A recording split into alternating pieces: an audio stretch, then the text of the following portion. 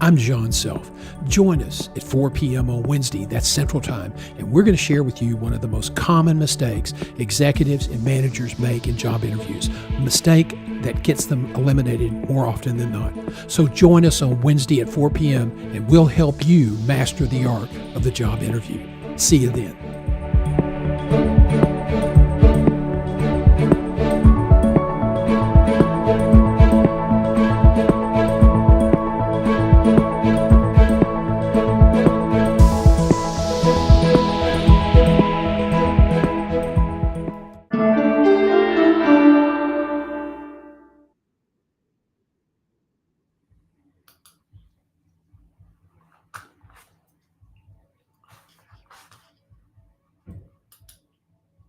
Hi, everybody. I'm John Self, and camera's on. We're here to back from our Christmas New Year's break. We're delighted to have you with us today. Thank you so much for joining us. If you hear about this and you want to catch it on the replay, it'll be available on YouTube later today and also on our Facebook page, johngself.com. We're delighted to be back. I hope you had a wonderful Christmas. We're now facing some Northeast Texas, some very rare winter weather coming into Thursday morning early, and so possible sleet and snow. And remember, if you're not from Texas, the mantra here is if you're trying to get traction on icy roads, accelerate. Okay, we have our chat lines open, so if you have any questions or any comments, please feel free to make them. Let us know where you're from. We won't necessarily mention your name on the air if you say confidential, but we're delighted to have you with us today. and I want to thank you for joining us. Today, we're going to be talking about navigating through the job market and, more importantly, for us anyway, some information for you on our new career community benefits. And I think you'll be interested in what we have to offer. We're trying to make it approachable, affordable, and something that will be a high return on equity for you, or high return on investment, and beneficial to help you take your career to the next level. So let's move forward here. And if I got everything in gear, okay.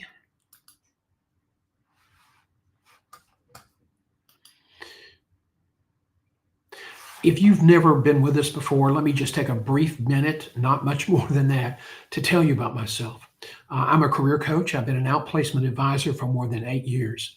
My focus is on executives and managers. Now, my super niche is the art of job interviewing. And I've interviewed more than 9,000 applicants across the world. And I've really seen some good interviews, but mainly some very mediocre to bad interviews. So I understand what it takes to really have a great interview, to deliver a great interview focused on the needs of the client. And we can help you get to where you need to be. And that's what we're going to talk about tomorrow in our office hours at 4 p.m. Central Time.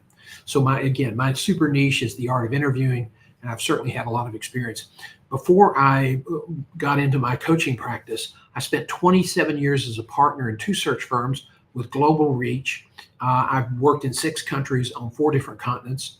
I've recruited everyone from clinical people up through senior executives, and spent time in the Middle East, in Canada, the Philippines, and Australia, and South Africa. Successfully created 4 companies, 3 divisions for other organizations. So I have a really good feel for what it takes to change careers, to go to a different place in your career, and we can help you with that as well. And I've successfully navigated 4 career changes.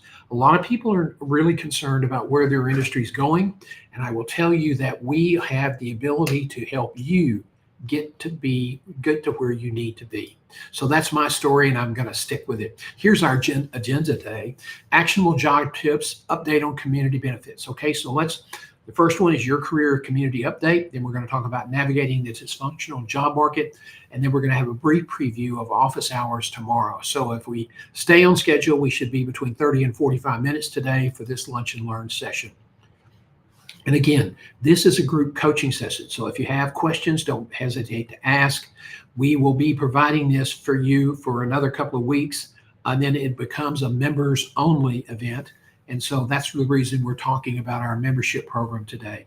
We want you to join us. We're trying to build a community of people that support one another to advance their careers and to find that next better job. Unlike LinkedIn, which is overrun with hucksters and grifters, we want to build a community that helps one another, and it's not a sales pitch. So that's going to be one of our rules on our community site: is no sales pitches, only help, only advice. So join us, okay? So let's talk about what it takes to become a member. We had a $250 enrollment. We've waived that now to make it more approachable. The membership is only $79 a month. Now, what does that get you? Well, it gets you 2 live stream members only group coaching sessions like the one today. And those happen twice a week, every week, except when we have big time holidays like Christmas. You get a 40% discount on all the firm's courses and in one-on-one consulting. And I'll give you a couple of examples of what that means for you in your pocketbook in just a minute. We have 5 30-minute check-in calls each month. That's included in your membership program. And if you become a member and your husband loses his job, or your spouse loses, the partner loses their job, they qualify for help under this membership program. So it's a family membership plan.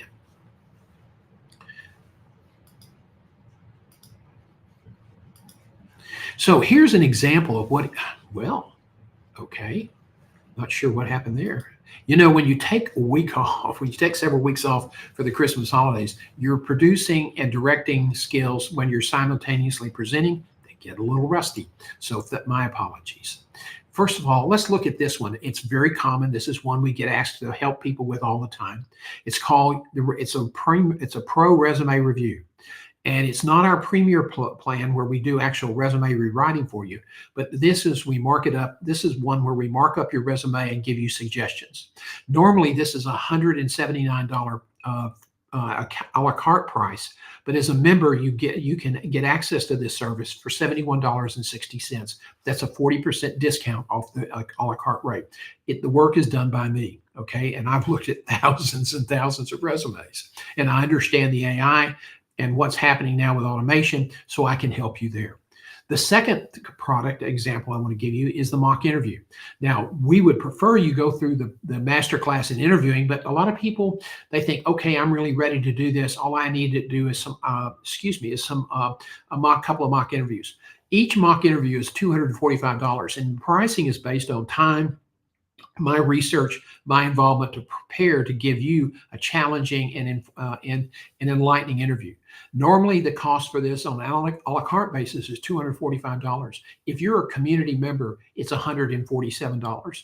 That's barely the hourly rate that most coaches charge. The master class, Mastering the Art of the Job Interview, this is one of my premier courses. I really enjoy teaching it. And all of the teaching, by the way, when you sign up for this, it's one-on-one. This course costs $1,425 based on time and the effort. It's 8 weeks long, and you get five mock interviews. If you're a member, your price is less than $900. It's $855. So you save a significant amount of money. Now, there are always going to be those that say, I want the best. I want the premier package. I have the money and I want the time and effort. We stay with you until you place on this package. It's weekly coaching. It's in-depth. The list price is $8,950. If you're a member, it's $5,370. Now, we have multiple other options for you to buy from, but if you're a community member, you get a coupon that gives you a 40% discount on anything we offer. And so that's one of the real benefits of the community program. And we hope that you'll give it some consideration. To do so, you go to our webpage. This is the top half of our homepage. And you go to the tab that's highlighted there by the arrow, Become a Guiding Your Career subscriber and save. The next page you will get to is the course page that highlights everything we have that's available for download, free, mock interviews, career bundles, that sort of thing. And it's all listed here, and we're constantly revising and updating that. And so you need to always come back. When you remember this, you want to bookmark this page, and this will help you, know what's available at all times. Then, if you want to become a community member, you click that. Let me go back here. The left icon, Become a Community Member, Community Subscriber, and Save. So when you do that, it takes you to this page, Your Career Community Membership Entry Portal. There's a video that will describe what we do. Now, we're changing things a lot pretty fast, so periodically the video may be not quite up to date. If you have any questions, text me, 214-577-5540. Email me at john@johngself.com, and we'll be sure that you understand completely what the current membership curriculum includes, portfolio services. And we don't, if something's not being used, then we'll take it off, but we're never going to cut back just because you signed up for membership earlier and we suddenly increase the rates. That won't happen to you. The rate you lock in on is the rate you get as long as you're a member. So let's start off the nuts and bolts of today's group coaching session by talking about the state of executive management and executive in the management job market. And it's grim.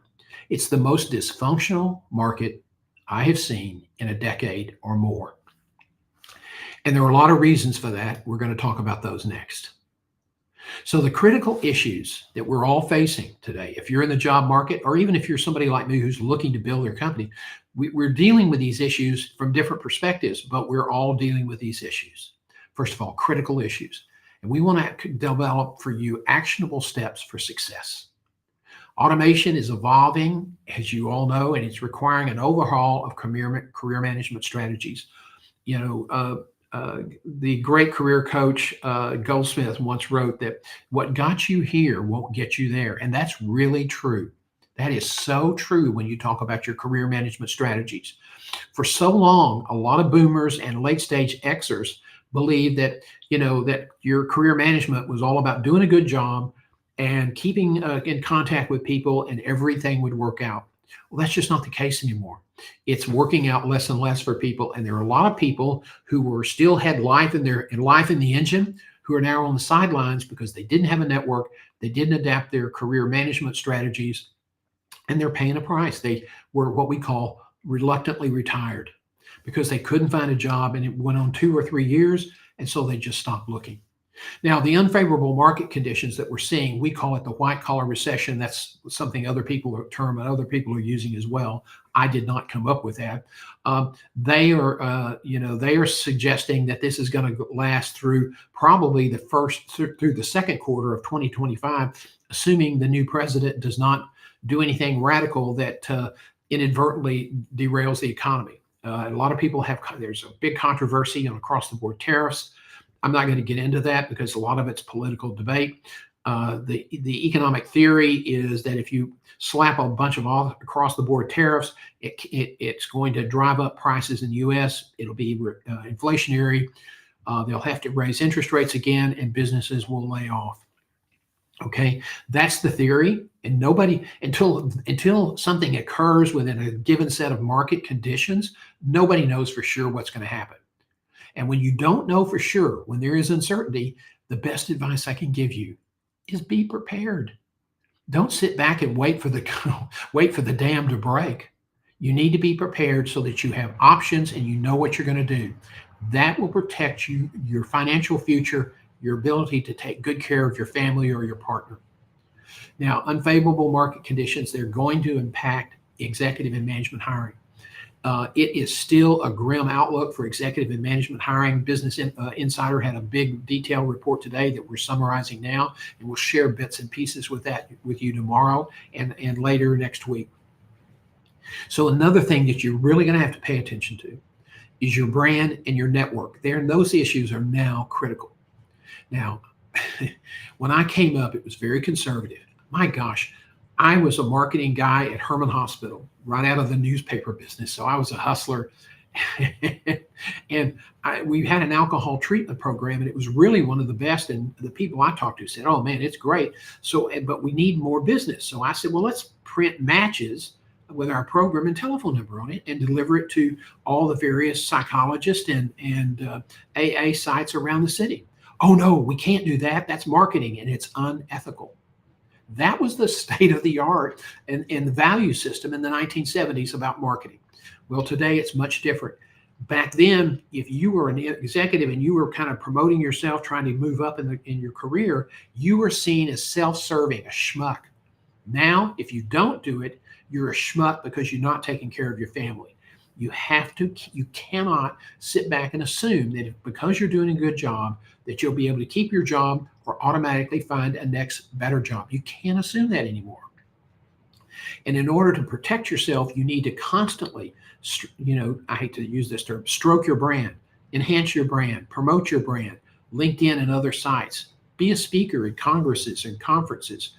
Help out local agencies. If you're somebody whose career is focused on a geographic area, then get involved in that geography. Be sure people know who you are, because that'll help you move forward in the event of a disruption. So your brand and your network are critical. Why do you keep talking about your career network? Well, first of all, 60 to 70% of the jobs that are really the best jobs, they're not posted anymore.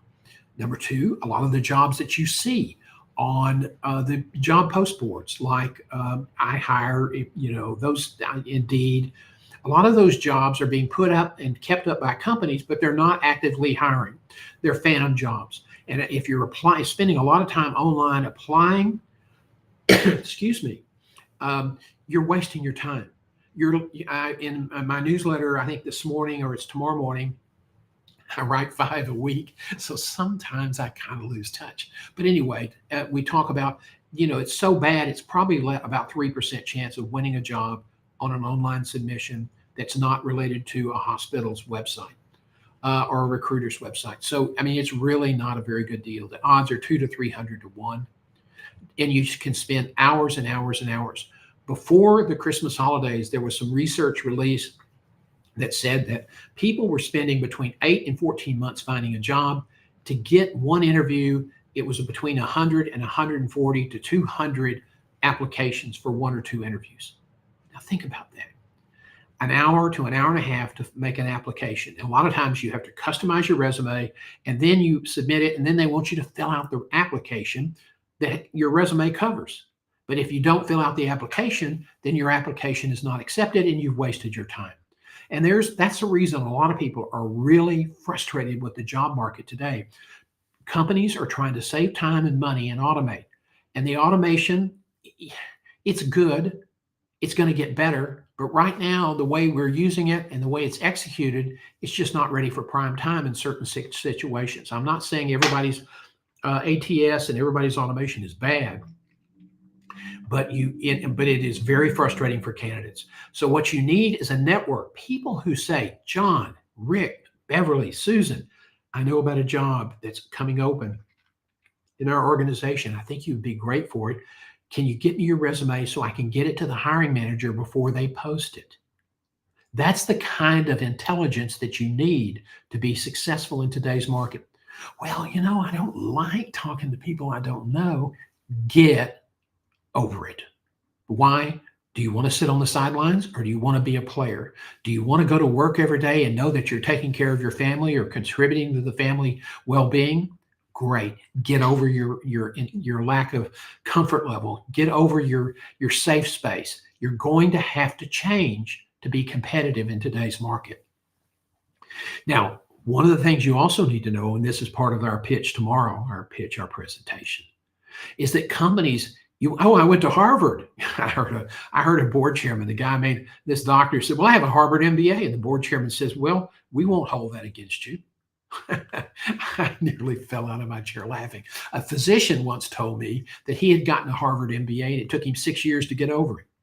Now, Harvard has a great program, as does Yale and other places, Wharton, Kellogg, and MIT, Sloan. There are a lot of great places. At UCLA has a great program, or I think for entrepreneurs. So there are a lot of great master's programs, and I'm not dissing an MBA. What I'm telling you is that your MBA is important, but you got to look at the ROI. Why? Because companies are less interested where you got your credential. They're more interested in what you're going to do to produce value for their organization. They don't want a prima donna that really aspires to one day be a wealthy hedge fund manager or a wealthy venture capitalist or private equity guy. They want someone who can come in and help build their business, someone who can add value. Value. It's all about value. Yes, your experience is important because that supports your value. But where you got your degree and all those other credentials, they're not as important as your experience. And it's Cody Sanchez, and the brilliant Austin supporter of people looking to start their own businesses or acquire businesses through owner financing. And she is absolutely a force of nature. Look her up on YouTube, Cody Sanchez. I really recommend you talk to her, or at least watch her work. She's teaching people. There are like $14 billion worth of valuation of companies owned by baby boomers whose retirement is tied up in those companies. And they can either sell them out for a price to private equity and probably see the company stripped down and then closed, or they can sell them to somebody like you, an established manager, an established leader who can go in and say, look, you've got cash flow. This business is cash flowing. You want $700,000. I'll give you 1.1 million if you'll give me 1.5 points below bank financing and be my advisor. That's a good deal. And a lot of business owners will look at that very favorably. Cody Sanchez teaches people how to do this. She was an Arizona State journalism major who did a series of investigative reports in the city of Juarez, not the garden spot of Mexico, about women trafficking and drugs. And so she's got, pardon me, but she's got bigger cojones than I have. I was an investigative reporter and crime writer for the Post, and there was a lot of crime. But believe me, I did not do anything like she did. So I have great admiration for her. She's got a great story to tell, and she has great examples. So watch some of her videos on YouTube. Okay, so companies are focusing on value, and one of the things as you look at your career, The companies are looking to what you can do for them. You also need to step back and say, okay, can I own my own business, and what value can I bring to the community, to their customer base? One of the great things about some of these current boomer-owned businesses, they're not really automated, and they're in markets or industries that are ripe for a disruption. So if you're a computer savvy group of people and bring together some changes, you might be able to dominate a market. There's a couple of guys in Austin that were laid off and thrown out of jobs at the start of the COVID disaster or the pandemic. It wasn't really a disaster. It was for a lot of people, but it wasn't a man-made induced disaster. It was just something that bad happened, and it'll happen again. But they noticed there were all these people working in the neighborhood where they were walking, and they couldn't figure out, hey, we're all supposed to be shut down. Well, it turns out they were all service workers. So these two guys went to Home Depot, spent $143, $147, bought 2 or 3 pails, some brushes, and some squeegees, and started a window washing business. This was in 2020. I think 2020, 2021. Today, they're approaching $1 million or pass through $1 million in revenue with multiple locations. And it's called Pink.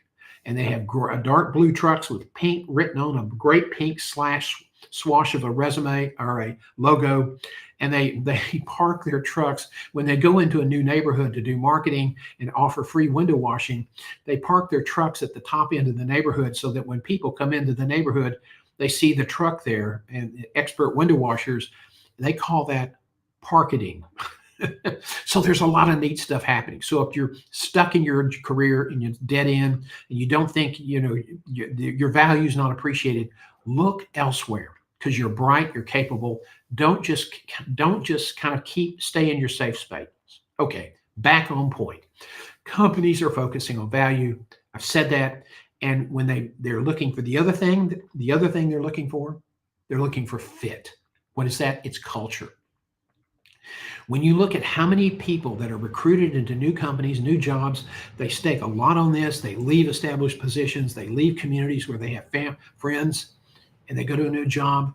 40% of those people are gone within 18 months because they didn't fit, or they didn't understand, they didn't approach the challenges the right way. And so one of the things most people don't ask in an interview, talk to me about the culture. Talk to me about onboarding. How do you onboard people to ensure they succeed? What's the turnover rate of this company? What's your employee engagement scores? What's your employee satisfaction scores? All these things. People say, gosh, if I ask those questions, they might not want to hire me. Great. You know what? If they get offended by those questions, you're talking to the wrong damn people. Don't take the job. So finally, the onboarding issue is frequently ignored. A lot of people say, onboarding, goodness gracious, that's an interesting concept. Isn't that employee orientation? And we're going to talk about that in just a second. So let's go back and pick up automation. What we're doing is dehumanizing recruiting. We're dehumanizing talent acquisition. Now, more and more recruiters are using high-speed scanners to identify qualified LinkedIn profiles. Now, what this does, in the old days, recruiters knew people that they thought would be good for a job, and they may know 8, 10, 12, 15, 20 people. They would talk to those people. Now, and that sort of kept the pool. If you got called by a recruiter, you were in the pool. The only thing you had to worry about was internal candidates. Well, not anymore, because companies are taking more of these searches back in-house because of the poor record of recruiters. And they're looking at using high-speed scanners off LinkedIn, and they're able to create their own panel of candidates, and it's huge. They can do this in minutes or, less than an hour. And then they have to reach out and contact the people, and you may have already gotten one of those letters. It has the iconic little circle picture at the top with the recruiter's face. It may be a legitimate recruiter from a search firm. It may be a corporate recruiter, but you never can tell. But if you get one of those letters, more than likely it's true, and they'll tell you about the job, and they'll tell you kind of the compensation range and what the expectations are. And then they say, if you have an interest, submit your resume to this link. Now, just because you got that letter does not mean that you don't have to customize the resume, because you still have an applicant tracking system computer scanning your computer and grading its applicability to the job. So the ATS is a formidable hurdle. and you got to quit fighting and complaining about it because it's not going away. Somebody said, well, it's just not fair. And I said, I've got two things to tell you. One, if you don't like it, come to Dallas in October. We call it the State Fair. And number two, it's stupid and it's a losing proposition to argue with a computer. Okay, so do what you need to do to be successful. If you have questions, become a member. You can talk to us 5 times a month for 30 minutes. It doesn't cost you any more money. Or you can schedule a free call if you want to. But ATS remains a formidable hurdle, and you're going to have to deal with it. Now, the automated screening is already here, and it's coming much faster, including avatars that sound like people, replacing actual people. So these CEOs that say, oh, AI is not going to really affect the number of jobs we have or employees we have, they're just BSing you. If you want to call out bullshit, I think that's fine. Because that's what it is. And I have tomorrow's post on my Substack, Guiding Your Career report, deals with this, and I think has some good insights for you. So if you're not a subscriber, go over to Substack, and I think we're going to start running a free trial period. Haven't launched it yet, but check out our Substack package and see what you think. We try 5 days a week to provide you insight and information to help you better manage your career. So let's talk about the state of the market. We've kind of touched on it several times. Political and economic uncertainty. We had an election. We had yesterday, the president-elect was formally named the president-elect without any fanfare, without any riots, without any thugs with fire extinguishers and mace cans attacking police officers. So this year, finally, we got back to normal order with a peaceful transfer of power. Now, but the uncertainty of tariffs, of how we're going to manage our international relationships, what we're going to do with Mexico. The United States trades extensively with Mexico and Canada. If you put in pretty significant tariffs, your prices probably will go up. And that can be inflationary, which can have downward spiral effects on the economy. So this economic uncertainty, Trump made a lot of promises, and he's talking about some stuff that probably needs to happen. And we wish him Godspeed, and we hope he's effective. Getting off and talking about taking over the Panama Canal and annexing Canada is a BS distraction. It's hard to change and shake up government in a town where political survival is essential. Money talks, and if you need a friend, you got to buy a dog. Okay, so the imbalance. So the economic uncertainty is pretty there. The imbalance in the job market between available jobs and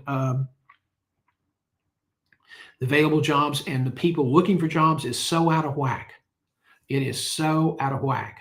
And so you have to really do a better job of marketing yourself and targeting your message.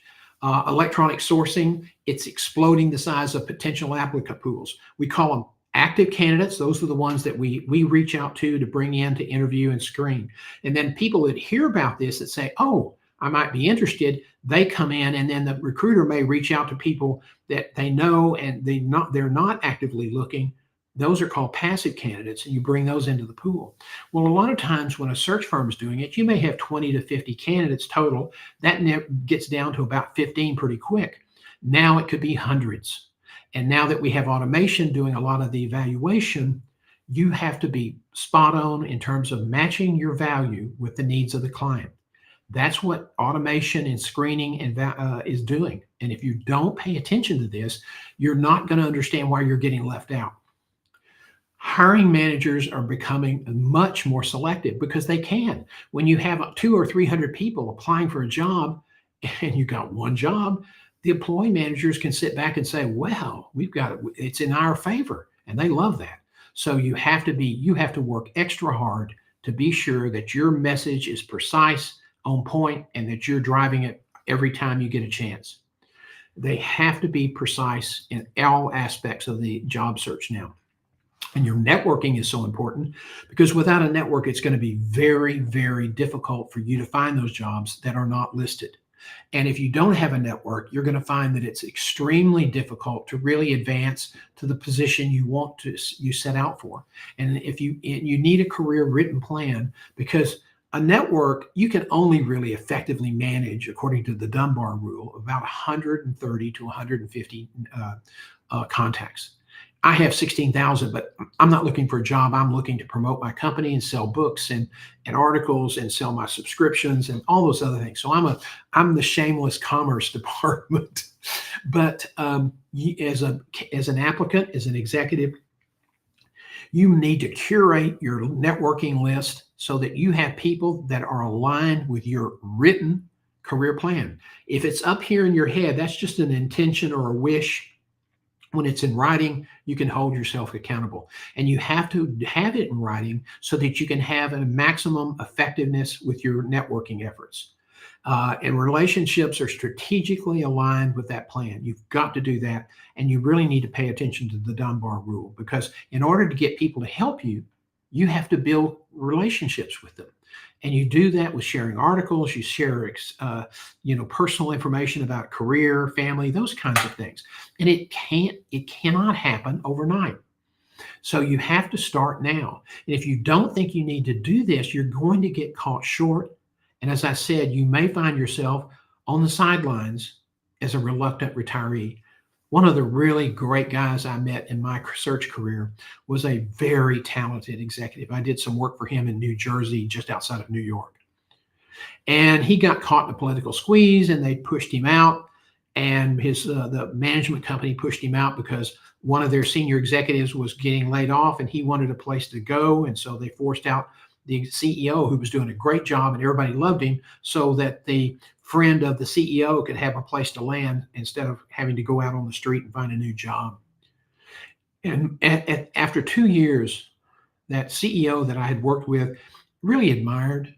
I really respected him. He said, my biggest mistake was not building a network. And you told me, and you told me, and you told me, and I'd never had to worry about it before. And I missed the fact that the market had changed.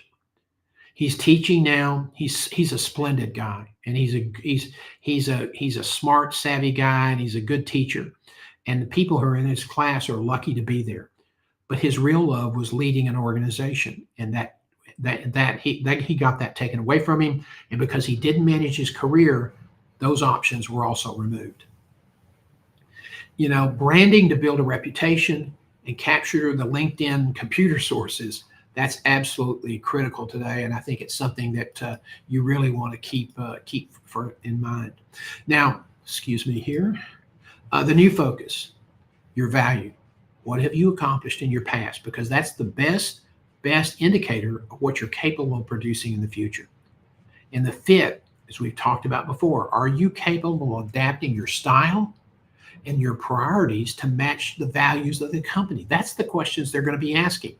You may be the smartest guy in the world, and you may have a certain way of doing things, but if you're out of step with the culture of the organization, that's something that's going to take. If you're the CEO and you need to do a cultural transformation, 5 years.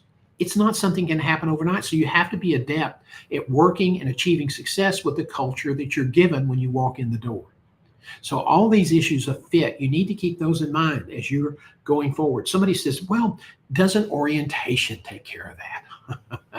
Orientation, to be honest, that's where you go to learn how to get fired. They tell you all the things you shouldn't do or can't do or never should do, because if you do, you'll get suspended or fired. And so onboarding is human intelligence.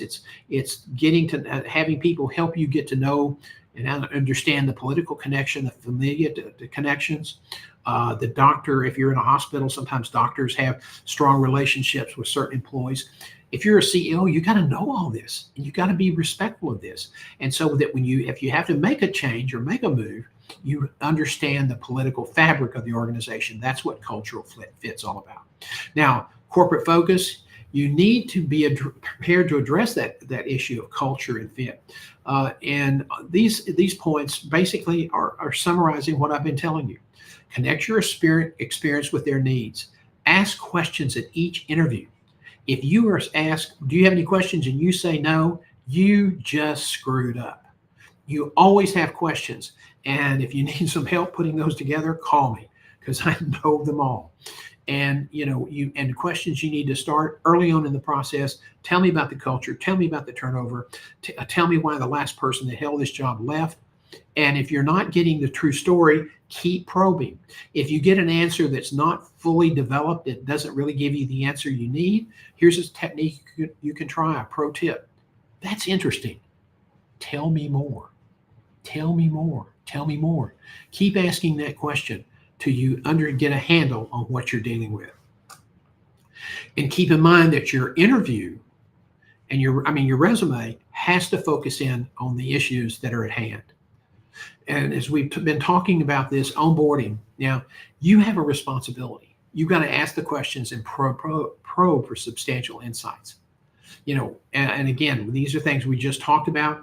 And one of the things you might also do is when you're coming into a new job is ask your boss, if that's the CEO, that's even better, or the board chairman, or some people in the organization that you have a sense that you connected with.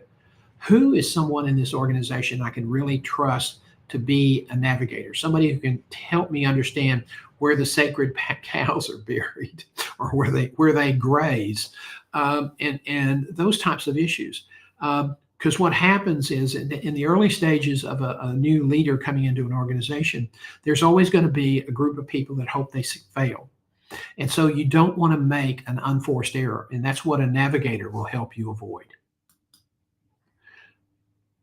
So I hope that gives you some insight. And if you have any questions, put them in the chat box. I'll be here with you a few more minutes. The office hours tomorrow at 4 p.m., we're going to talk about a common mistake that's made by most all executives. It's really unfortunate, but it's something that happens all the time. And unfortunately, we talk about it and not much changes, and that's a shame. If you've worked hard to get to the table to interview, you can't afford to make a silly mistake, a mistake of omission about what your value really is, and most people don't want to talk about that. I want to thank you for joining us today. I hope you'll come back with us tomorrow at 4 p.m. for office hours, and share this with your friends. And if you like it, go to our YouTube site, like us, and subscribe over there. We'd appreciate it. And if you really feel like you need help with your career, consider our membership program that we talked about earlier in this stream. I hope it'll be beneficial for you. So thank you, everybody, and we'll see you tomorrow afternoon.